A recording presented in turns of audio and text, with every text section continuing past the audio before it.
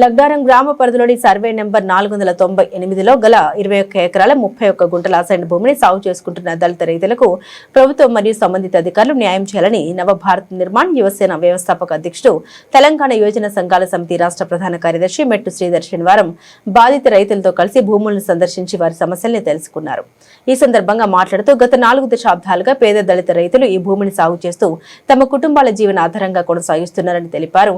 అభివృద్ధి కార్యక్రమాలు ప్రజల సంక్షేమం కోసం అవసరమైనప్పటికీ వాటి అమల్లో పేద రైతుల జీవనోపాధి దెబ్బతినకుండా ప్రభుత్వం మానవతా దృక్పథంతో వ్యవహరించాలని ఆయన విజ్ఞప్తి చేశారు.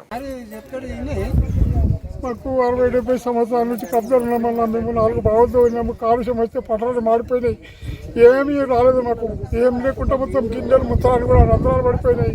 ఆ విధంగా అయినా కానీ మేము ఆపినాం పంటలు పెట్టకుండా.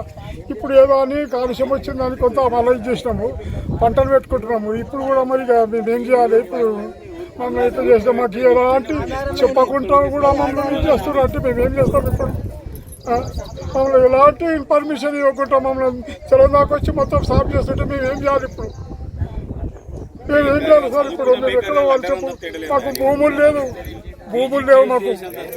మాకు ఎక్కడ భూములు లేవు. ఈ భూమి మీద మేము బతుకుతున్నాం. చిన్నప్పటి నుంచి కూడా దీని మీద బతుకుతున్నాం. మన ఆయుధాలు మా తాతలంతా దీని మీద బతికారు, మేము కూడా దీని మీద బతుకుతున్నాం. ఇక వేరే స్థలాలు లేవు సార్ మాకు. మేము కష్టపడి చేస్తున్నాము. మేము ఇప్పటికైనా మీరు ఉంటే మేము పంటలు పెట్టుకొని సాగు చేసుకుంటాము. ఊరుకు 1 కిలోమీటర్ మీద ఉన్నది, మేము వచ్చి పంటలు చేసుకుంటాము. తిండనక తిప్పనక రాత్రి అంతా ఇక శ్రమపడి చేస్తున్నాము.